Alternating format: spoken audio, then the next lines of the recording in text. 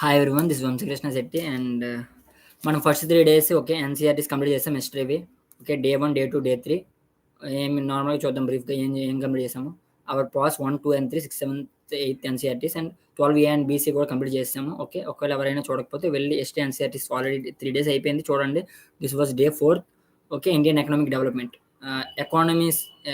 ఎకానమిక్స్లోంచి ఒక డే తీసుకెళ్ళి హిస్టరీలో పెట్టాల్సి వచ్చింది, ఎందుకంటే సిలబస్ ఓకే ఎన్సీఆర్టీస్ ఎక్కువ ఉన్నాయి. అండ్ ఇంకొక గుడ్ థింగ్ ఏంటంటే ఇండియన్ ఎకనామిక్ డెవలప్మెంట్ ఒకటే ఉంటుంది, ఒక book. So you can complete in 1 day. So that's why I did that. And day 4th, this video is on day 4th. Coming to Indian economic development, ఇది చాలా useful. Economy చాలా నీట్గా, చాలా డీటెయిల్గా ఉంటుంది, చాలా good English and easy English. Okay, మనకు చాలా బాగా అర్థమవుతుంది. ఇంకా చదువుతున్నప్పుడు చాలా ఇంట్రెస్ట్గా చదవండి. And coming to discussion, first chapter. Okay, ఇందులో 3 యూనిట్స్ ఉన్నాయి, 4 యూనిట్స్ ఉన్నాయి. Coming to development policy, unit 1, development policies and experience 1947 to 1990. Okay, ఇది first unit, first chapter. Indian economy on the eve of independence. మనకు freedom రాగానే, independence రాగానే India condition ఎలా ఉంది first చాప్టర్లో డిస్కషన్ ఉంటుంది. కొలోనియల్ ఎఫెక్ట్స్, ఓకేనా. వాళ్ళు వచ్చి మొత్తం ఆక్రమించేసి మొత్తం ఇంగ్లాండ్కి, బ్రిటన్కి పట్టుకెళ్తూనే ఉన్నారు. ఇక్కడ డెవలప్మెంట్ ఎంత పట్టుకెళ్ళింది, ఇంత వి కాంట్ ఎక్స్పెక్ట్ అనమాట. అంత ఇప్పటికి మిలియన్స్లో చనిపోయారు. జస్ట్ వీ కాంట్ ఇమేజ్ అనమాట. అంత దారుణంగా చూసారు వాళ్ళు మనల్ని. వదిలేయండి. Okay, and be happy that మనం ఇప్పుడు ఇంత ఫ్రీడమ్తో we have those liberal life, liberal and freedom in every aspect. మనకి ఏం కావాలో ఓకే, ఈక్వాలిటీ కూడా ఉంది. ఈ కండిషన్స్ మనం చాలా బాగా యూజ్ చేసుకోవాలి. వాళ్ళు పాపం ఫ్రీడమ్ గురించి వాళ్ళు చాలా ఎంతోమంది జీవితాలు మనకి స్వతంత్రం ఇవ్వడం గురించే పెట్టారు. సో ఆ తర్వాత ఓకే, మన ఇండియా ఎలా డెవలప్ అయిందో చూస్తాం ఇందులో. Indian economy on the eve of independence, colonial rule effects, okay, foreign trade, demographic conditions, occupational structure, demographic conditions, British railways, constructions, infrastructure. అగ్రికల్చర్లో స్టాగ్నేషన్ అంటే డెవలప్మెంట్ లేదు, అలా అని ఏం పడిపోలేదు, అలా ఉండిపోయింది అనమాట. ఇప్పుడు పాపులేషన్ పెరుగుతూ ఉంటే అగ్రికల్చర్ అలాగే ఉండిపోతే డెవలప్మెంట్ ఏముంది అందులో? ఆ స్టాగ్నేషన్ కూడా మంచిది కదా, అలా ఉండిపోవడం మంచిది కాదు డెఫినెట్గా. మిగతా వాళ్ళు ఎలా బతుకుతారు? ఓకే, అన్ఎంప్లాయ్మెంట్ పెరిగిపోద్ది. ఓకే, అగ్రికల్చర్ స్టాగ్నేషన్ అలా ఉండిపోయి ఫ్యామిన్స్ ఎక్కువ అయిపోయాయి చాలా విపరీతంగా. ఇవన్నీ ఫ్రీడమ్ రాగానే వీ కాంట్ కమ్అట్. వాళ్ళు వెళ్ళిపోయారు కరెక్టే, కానీ వాళ్ళు మనల్ని వదిలేసిన పరిస్థితులు వరస్ట్ అండ్ వేస్ట్ కండిషన్స్లో ఉన్నాము. ఏవో చిన్న రెడీమేడ్స్ ఇచ్చారు, కానీ మిగతావన్నీ అలాగే ఉన్నాయి. మన సొసైటికల్ కండిషన్స్ కానీ, మన ఇండియన్ ఎకానమీ కానీ, మన దేశం పరిస్థితి కానీ ఏం బాగోలేదు. ఓకే, అవన్నిటి నుంచి ఓకే ఎంత బాగోలేదు, వాళ్ళు ఎలా ఎఫెక్ట్ చేశారు, అగ్రికల్చర్లో ఎంత ఎఫెక్ట్ చేశారు, మన ఎకానమీ మీద ఎంత పడింది, ఓకే, మనల్ని ఎలాంటి కండిషన్స్లో వదిలేసి వెళ్ళిపోయారో అవన్నిటి గురించి ఇందులో డిస్కషన్ ఉంటుంది. బ్రిటిష్ రైల్వేస్ గురించి ఉంటుంది. ఆ రైల్వేస్ కూడా వాళ్ళు ఎందుకు వేసుకున్నారంటే ఇక్కడ నుంచి అక్కడికి తీసుకెళ్ళడానికి ఇబ్బంది అయిపోతుంది. ఓకే, వాళ్ళు మనకి ఏదో మంచి చేసేయాలని కాదు, వాళ్ళు ఈజీగా తీసుకొని వెళ్ళిపోవచ్చు. ఓకే, దేనిదైనా సప్లై త్వరగా అయిపోతుంటుంది బ్రిటన్కి. సో పాయింట్ ఆఫ్ వ్యూస్ చాలా ఉంటాయి. ఓకే, మనకి ఏదో హెల్ప్ చేశారని అనుకుంటున్నారు మీరు, చెప్తున్నా అది మనకి డెఫినెట్గా యూజ్ఫుల్ అవుతుంది, కానీ మనకి చేసిన మంచి కంటే చెడు ఎంతో. మీ అందరికీ నేను మళ్ళీ చెప్పక్కర్లేదు, ఆ డిస్కషన్ ఉంటుంది. Coming to chapter 2, Indian economy 1950 to 1990. Okay, ఇండియాది mixed economy, capitalism and socialism ఉంటుంది.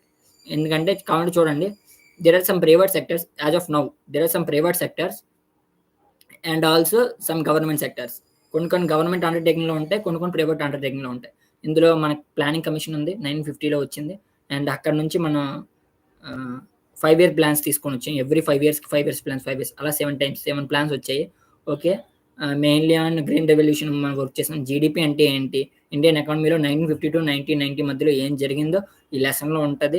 ఇండియన్ ఎకానమీ ఎలా ఉండేది, ఇండియన్ కండిషన్స్ ఎలా ఉండేవి, జీడిపి అంటే ఏంటి, మోడర్నైజేషన్ అంటే ఏంటి, అగ్రికల్చర్ ఎలా ఉండేది అప్పట్లో 1952 నుంచి 1990 మధ్యలో, ఇండస్ట్రీ అండ్ ట్రేడ్ ఎలా జరిగింది. ఓకే, ఈ టైమ్ ఆఫ్ ఫ్రేమ్లో మనం ఏం సాధించామంటే మనకు కావాల్సిన తిండి, ఓకే, మనం ఉండడానికి కావాల్సిన సర్కమ్స్టెన్సెస్ మనకు సరిపడా ఉండేవన్నమాట. అన్ని సర్ప్లస్గా ఉండేవి. ఓవర్ ఓకే, కావాల్సిన దానికంటే అప్పటి వరకు చాలా ఓకే, చాలా కాన్ఫ్లిక్ట్స్ ఫేస్ చేసాం మనం. చాలా ఎలా అంటే చాలా ఫెమెన్స్లో ఉన్నాము. ఓకే, అగ్రేరియన్ ఫెమెన్స్ కూడా చాలా ఉన్నాయి. అవన్నిటిని అవుట్కమ్ చేసుకొని వచ్చి ఈ 5-year ప్లాన్స్ వల్ల వాటి నుంచి బయటపడ్డాం. Okay, and industrial development that was stable, అంతే, పెద్దగా ఏం లేవు. సో అందుకని యూనిట్ 2 చూడండి, ఎకనామిక్ రిఫార్మ్స్ సిన్స్ 1991. అందుకని ఎకనామిక్ రిఫార్మ్స్ తీసుకొచ్చారు 1991లో. ఇందులో chapter 3 liberalisation, privatisation and globalisation. Liberalisation అంటే ఏంటి? వేర్ డీల్స్ విత్ ద ఏంటంటే లిబర్టీ ఇస్తుంది అనమాట. కొన్ని మార్కెట్స్ ఉంటాయి కదా, ఆ మార్కెట్స్కి కొన్ని వెసులుబాట్లు, they can go on through it అని. అంటే కొన్ని గవర్నమెంట్ కంట్రోల్ ఉండి కొంత ఫ్రీడమ్, కొంచెం ఇలా గట్టిగా పిడిగిలు బిగించిన గవర్నమెంట్ 1991 రిఫార్మ్స్ నుంచి కొంచెం వదిలిందనమాట మన ఇండియన్ డెవలప్మెంట్ కోసం. ఓకే, ఇండస్ట్రియల్ డెవలప్మెంట్ కోసం. ఫారెన్ ఎక్స్చేంజ్ రిజర్వ్స్ అంటే ఏంటి, డెఫిసిట్ అంటే ఏంటి, ఓకే, ఐబిఆర్డి అంటే ఏంటి, ఐఎంఎఫ్ అంటే ఏంటి, international monetary fund, okay, IBRD అంటే ఏంటి, ఐఎంఎఫ్ అంటే ఏంటి, ఫారెన్ ఇన్స్టిట్యూషన్ రిఫార్మ్స్ ఏంటి, ట్యాక్స్ రిఫార్మ్స్ ఏంటి, ప్రైవేటైజేషన్ అంటే ఏంటి, ఆర్బీఐ ఏంటి, ఆర్బీఐ కంట్రోల్ బ్యాంక్స్ మీద ఎలా ఉంటుంది, గ్లోబలైజేషన్, గ్లోబలైజేషన్ అంటే ఏంటి, ఓకే, అవుట్ సోర్సెస్, గ్లోబలైజేషన్లో అవుట్ సోర్సెస్ ఉంటాయి. గ్లోబలైజేషన్ ఎప్పుడైతే అవుతుందో మనకు వేరే దేశం నుంచి ఆపర్చునిటీస్ వస్తాయి, మన దేశం నుంచి కూడా వాళ్ళకి ఆపర్చునిటీస్ వెళ్తాయి.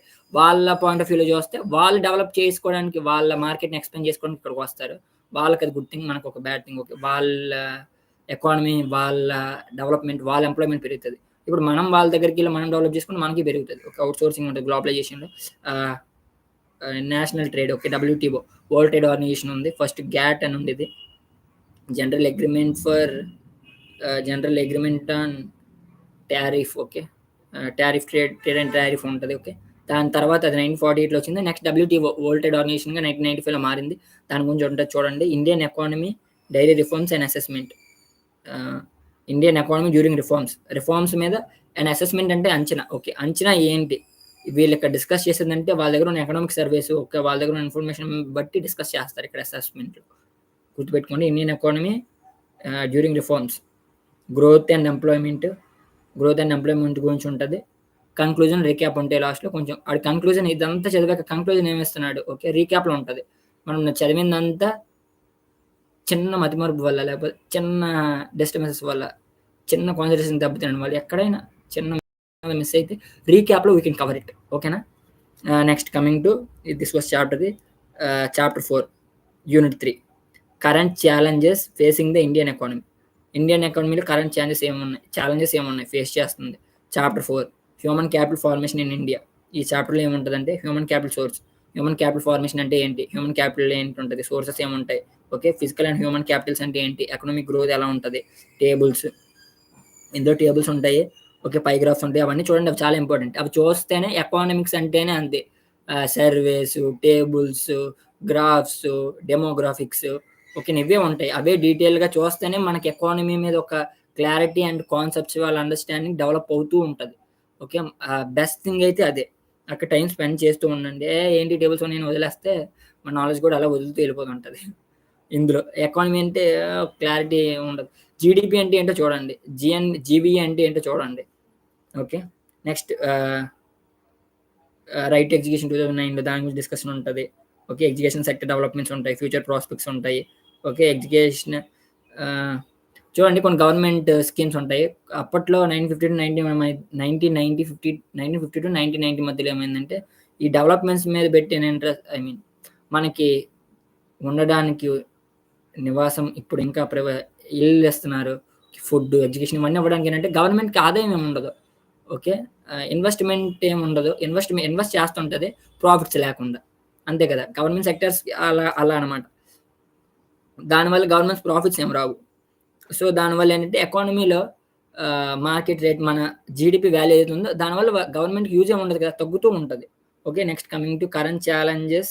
ఓకే, హ్యూమన్ క్యాపిటల్ ఫార్మేషన్లో చూసాం కదా, ఫ్యూచర్ ప్రాస్పెక్ట్స్ ఏముంటాయి, education and achievement quality, NSO అంటే ఏంటి, ఎన్ఎస్ఎస్ఓ అంటే ఏంటి, సిఎస్ఓ ఎన్ఎస్ఎస్ఓ కలిపి ఇప్పుడు ఎన్ఎస్వై అనమాట, నేషనల్ స్టాటిస్టికల్ ఆఫీస్. ఓకే, దాని గురించి ఉంటుంది. లాస్ట్లో రీక్యాప్ అండ్ కంక్లూజన్స్ చూడండి. Human capital formation in India, okay, physical capital and human capital అంటే ఏంటో చూడండి. ఫిజికల్ క్యాపిటల్ అంటే ఏంటి, హ్యూమన్ క్యాపిటల్ అంటే ఏంటి. నెక్స్ట్ చాప్టర్ 5, రూరల్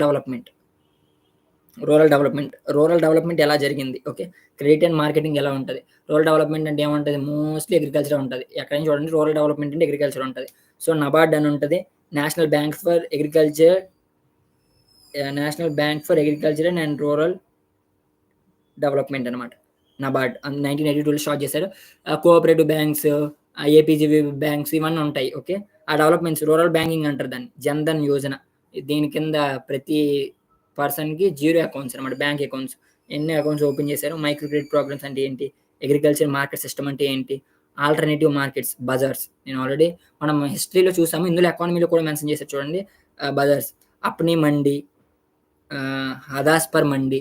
మన తెలంగాణ అండ్ ఏపీలో అయితే రైతు బజార్ అంటారు. అవి పంజాబ్, నార్థర్న్ స్టేట్స్‌లో ఓకే. వేరే స్టేట్స్‌లో కూడా ఉన్నాయి. మన స్టేట్స్‌లో కూడా ఉన్నాయి. ఇది డైరెక్ట్ సెల్లింగ్ అనమాట. అగ్రికల్చర్‌లో ఎలాగంటే direct farmers will come there and they will sell in the Rythu bazaars to the like who is buying అనమాట. They will sell directly to the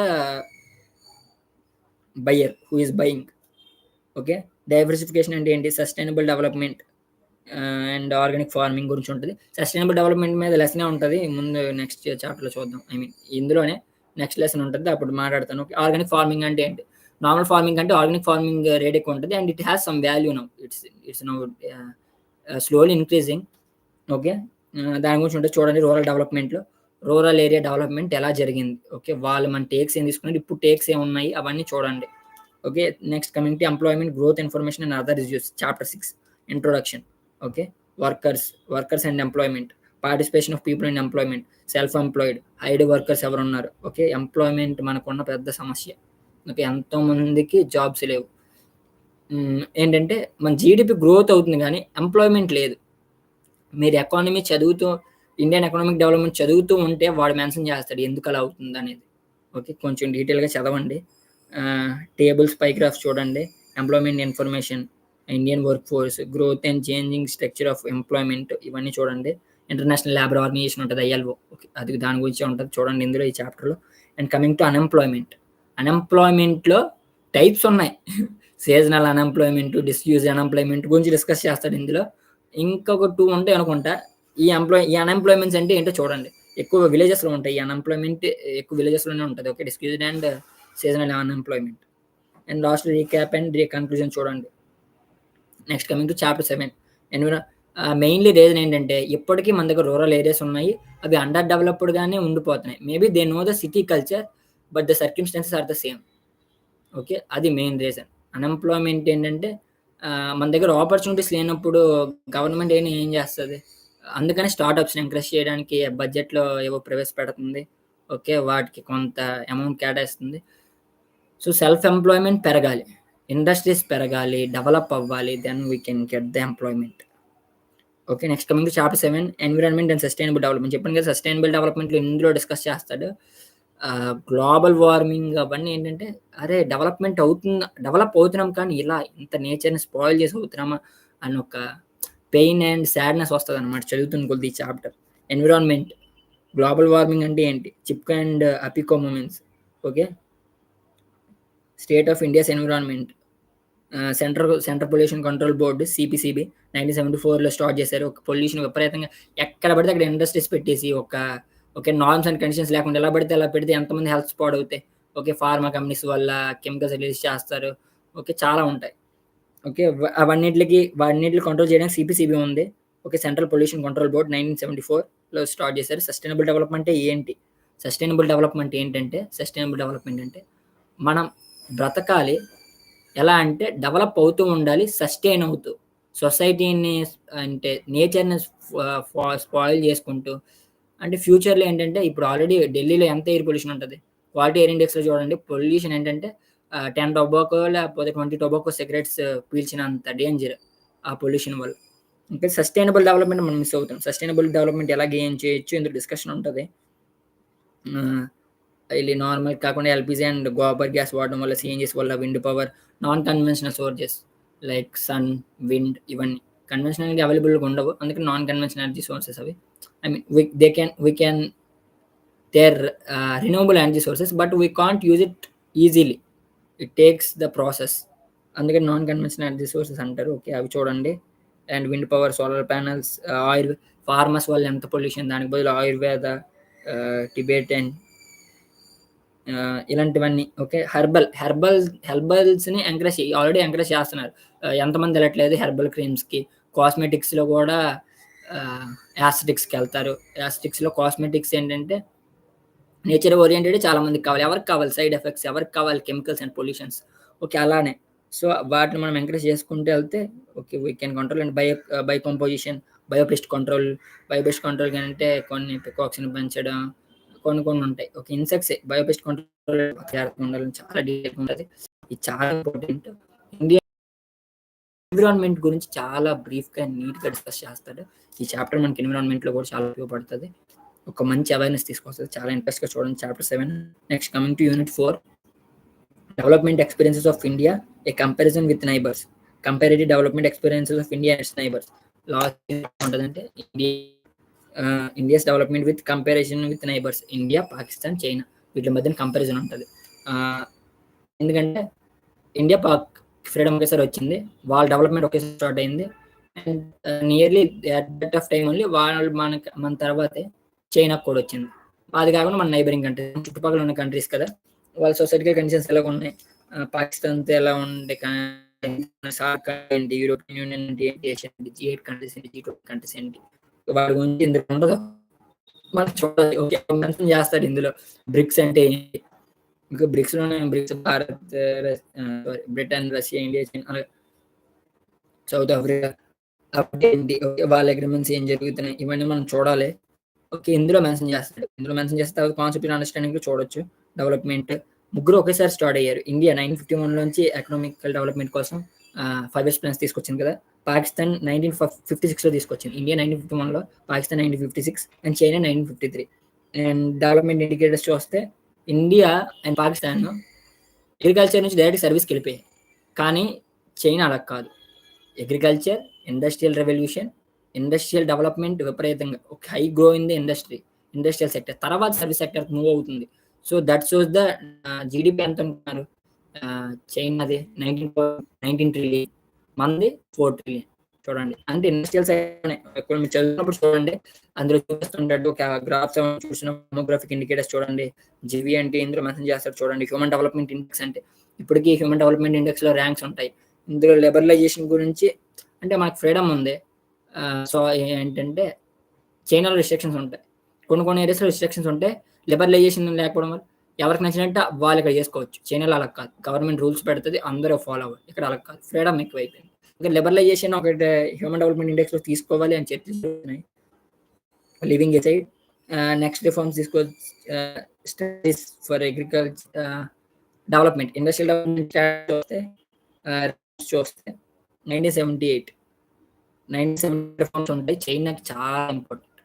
China ఏంటంటే వాళ్ళు కొందరు థింకర్స్ అండ్ రీడర్స్ ఉంటారు కదా, వాళ్ళందరినీ వేరే దగ్గర దేశాల్లో పంపించి అక్కడ ఉన్న రిఫార్మ్స్ అవన్నీ చదువుకుంటాం అనమాట. 2 years చదువుకొని వచ్చి 1978లో లో స్కేల్లో ఒకసారి ఇంప్లిమెంట్ చేసి అవి సక్సెస్ చేశారు. అందుకని అంత డెవలప్మెంట్. ఎప్పుడు కాపీ కొట్టి వాళ్ళ దగ్గర ఆ బుద్ధి పోదా చైనాది. ఓకే, 1978, పాకిస్తాన్ 1988, ఇండియా 1991 ఎకనామికల్ రిఫార్మ్స్ ఇవన్నీ తీసుకొచ్చారు. అండ్ ఈ ఎకనామికల్ రిఫార్మ్స్ చైనా చాలా వ్యాస్ట్ అండ్ ఫాస్ట్గా గ్రో అయింది. అండ్ తర్వాత ఎలాగో మంది ఇండియా పాకిస్తాన్ ఎక్కడ ఉందో నేను చూడలేదు. వాళ్ళ దగ్గర స్టేబుల్ గవర్నమెంట్ లేదు. So they can't get the proper life, like can't get that much GDP when there is no stable government. Okay, I hope this video was helpful. Clarity వచ్చింటే Indian economic development A topics important I hope this will be helpful. And I always say, I'm saying no, be always healthy and happy. Everything when the time comes, you will get the perfect answer for your questions. Okay, be hopeful and what I say, be confident in yourself. That's all. Thank you.